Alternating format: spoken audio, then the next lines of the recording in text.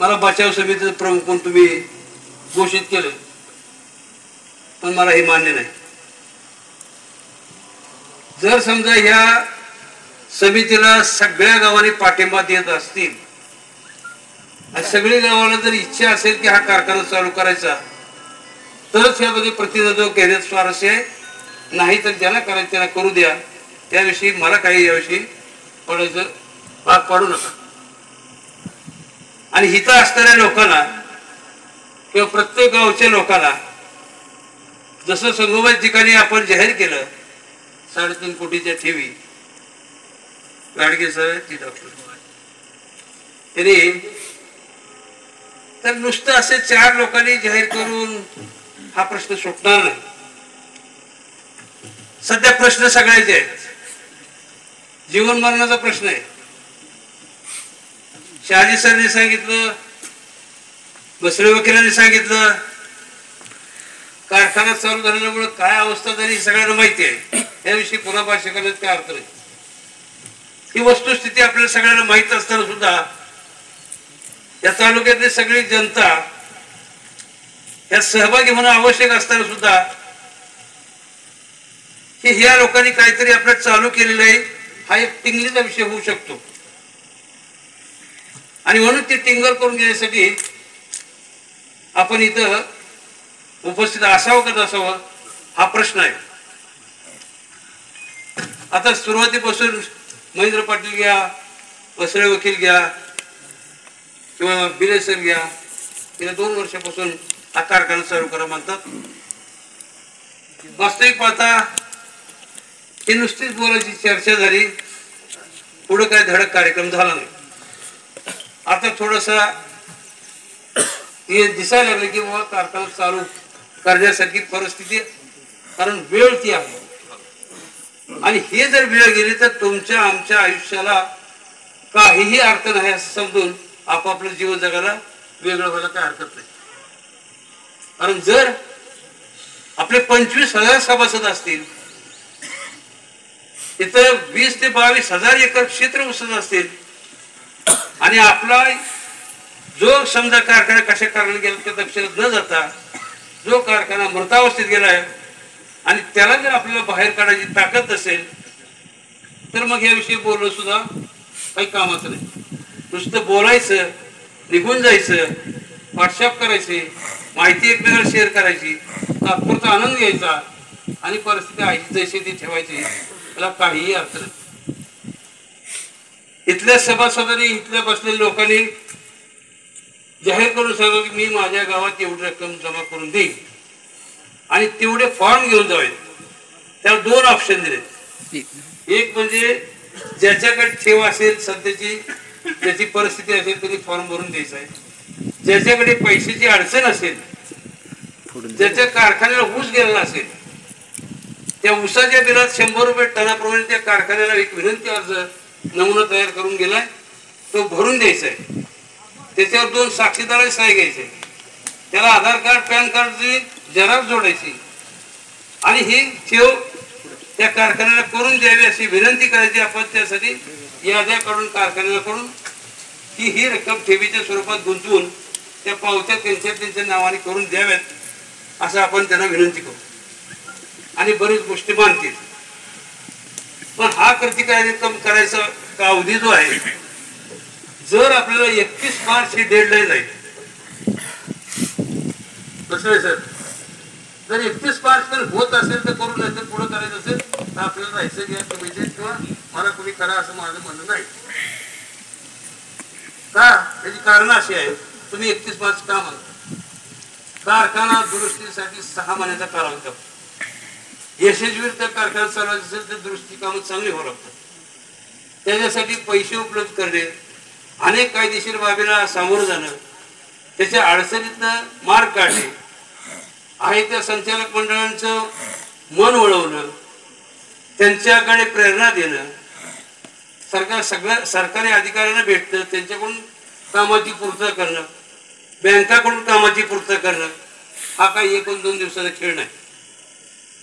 त्यासाठी खूप प्रयत्न करावे लागतील. आणि हे आपल्याला ठेवीत जमवणे 6 महिने घालून असेल तर हा उद्योगच करू नये.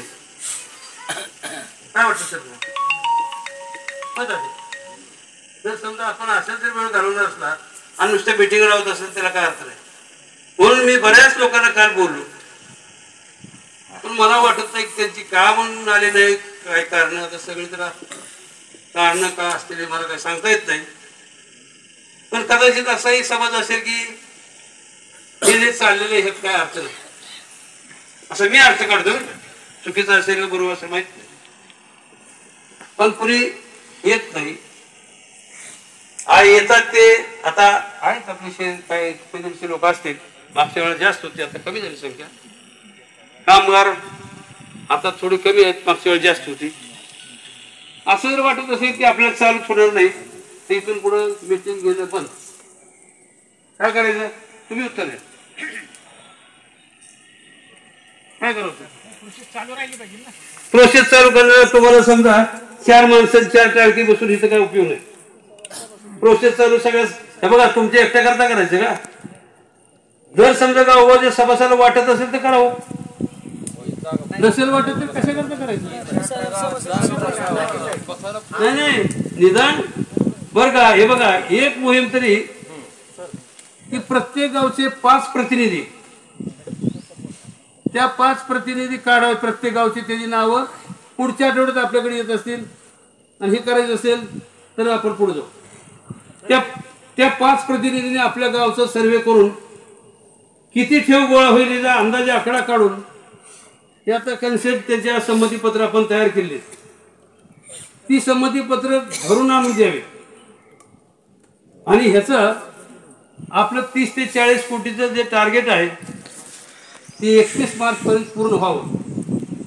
आणि जर 31 मार्च पर्यंत पूर्ण करू शकत असेल तरच हे पडावं, नाही तर पडू नये. काय करायचं? हो सर. म्हणून प्रत्येक गावची 118 गाव आहेत ना, त्या 118 गावाचे आता इथं आपल्याला शेतकी खात्याची मी मीटिंग पूर्वी बोललो किंवा तुम्ही पुढं काम करायला तयार आहात का? कारण का ते सध्या नोकरीत आहेत, बिनपगारी आहेत, तरी सुद्धा हे जर काम त्यांच्या शहरावर त्यांनी घेतलं आणि प्रत्येक गावच्या 5-5 प्रतिनिधीची गावात प्रमुख कार्यकर्त्याची मीटिंग घेऊन किंवा ठरवून कारखाना वाचवण्यासाठी प्रयत्न करायचा असेल अशी नामावळी काढून जर ते आणायचे म्हणजे जबाबदारी घेत असतील. कारण का नुसतं मोकळं बोलणं हे सगळेच असतात, बोलायला तर प्रत्येकाला येतं. जबाबदारी कोणी घेणार असेल तर काम करावं आणि जबाबदारी घेणार नसेल तर मग कशाला करायचं? आहे का शेती का तयारी? म्हणून धाडस होत असेल तर उभा राहा, नसेल तर उभा राहा. तुम्हाला काय ह्या बरं का ह्या वाईट करत नाही. मी याच्यासाठी संचालक मंडळाला सुद्धा विनंती करणार. ही जबाबदारी प्राथमिक त्यांची आहे. त्यांनी ह्यामध्ये जसा काल आता सरांनी त्यांचं अभिनंदन केलं, ठराव घेतला, ऑनलाईन मीटिंग काढली. वास्तविक ऑफलाईन मीटिंग झाली असते तर सगळ्यांना आपलं म्हणणं मांडता असतं देवा नसेल. ह्यात काय वाईट कुणाला हे बघा निर्भीड हेतू की कोणी कोणाच्या टीका टिप्पणीकडे जायचं नाही. जे काय त्यांच्यासमोर कशाने अडचणी निसर्गात आल्या कशा आल्या ते आले, पण त्या अडचणी उघडत बसून आपल्याला काय त्यातनं आपलं पोट भरणार नाही. आपल्याला ह्यातून मार्ग काढण्यासाठी जर संचालक मंडळाची सकारात्मक भूमिका असेल, संचालक मंडळाने जर 2 पावलं होऊन पुढं होऊन आणि येत्या जनरल बॉडी मीटिंग मध्ये ठराव घेऊन संचालक मंडळ प्लस हे ठेवी गोळणाऱ्यामध्ये काही प्रतिनिधी घेऊन आपण एकत्रित कारभार जोपर्यंत निवडणुका लागत नाहीत, निवडणुकीने अधिकार प्राप्त होत नाही तोपर्यंत करायची भूमिका घेत असतील तर आपण बचाव समितीने त्यांच्याबरोबर काम करावं, त्यांनी आपल्याबरोबर काम करावं. काय वाटतं? संचालक मंडळात जर समजा वाटत असेल आता कारखाना त्यांनी करावा, आम्ही त्याच्यात त्यांच्या पाठीमागे आम्ही राहतो, पण त्यांनी निश्चित कार्यक्रम द्यावा. मी तुम्हाला सांगतो की कार्यक्रमाच्या बाबतीत जर आपण 30 ते 40 कोटी रुपये जमवले MSC बँके करून रिस्ट्रक्चर किंवा OTS आपण करून घेऊ शकतो. NCDCच्या कर्जाचं रिस्ट्रक्चर किंवा OTS करून घेऊ शकतो. हे दोन्ही मार्ग आपल्याला मोकळे होते कधी की ज्यावेळी आपले स्वतःचे 30 ते 40 कोटी रुपये असतील तर. नाहीतर आपल्याला कोणी विचारणार आणि पवार साहेबाकडे जायची हिंमतही करू नका पैसे नसेल तर. कारण त्यांच्या पुढे काही मोकळे जर काय अर्थ आहे. जर साहेबांची भेटच घ्यायची असेल, त्यांच्याकडून मदतच घ्यायची असेल तर स्वतः अगोदर थोडंसं योगदान केलं पाहिजे. आणि तसं अवघड नाही. आज तोडीला तुम्ही 10-15 हजार एकराला घालवता. ठेवीचे 10,000 घालवत का अवघड आहे. पण म्हणजे घालू शकता ना, पण हे दाखवलं पाहिजे ना. मग आता ही जबाबदारी घ्या. पुन्हा कोणाला स्वयंपूर्तीने हे गाव अशा प्रकारे नावं तयार करून आणायचे आहे. त्यांनी जरा थोडंसं उभं राहून आपलं नाव की आपली लिहून घेतो की आमच्या भागातनं मी 4 गावाचं करतो, 2 गावाचं करतो. साधारण असं कोणाला वाटतं का करावं. बघा कोणी उपस्थितीमध्ये करायची इच्छा असेल तर. बसळे वकील बेटरगाव एक गाव का तू आणखी काय गाव गेलं. हा बसळे वकील महेंद्र तात्या मामा किती गाव तुम्ही घेतात 3 जण. बनगर सर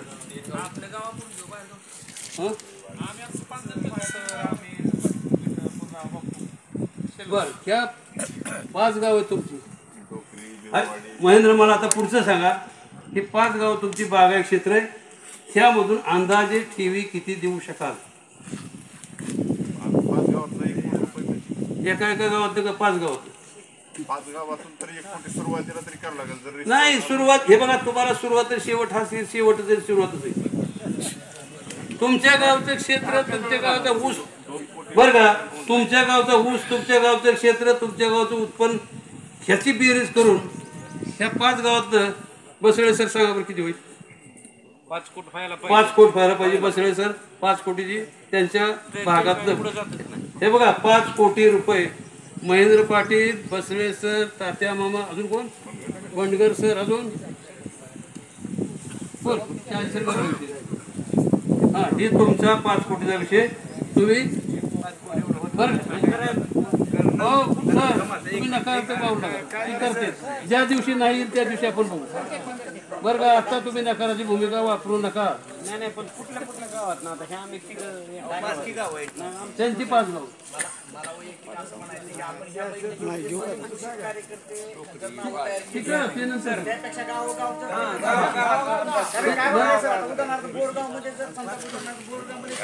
बोरगावची मी जर नाव 5 सांगितलं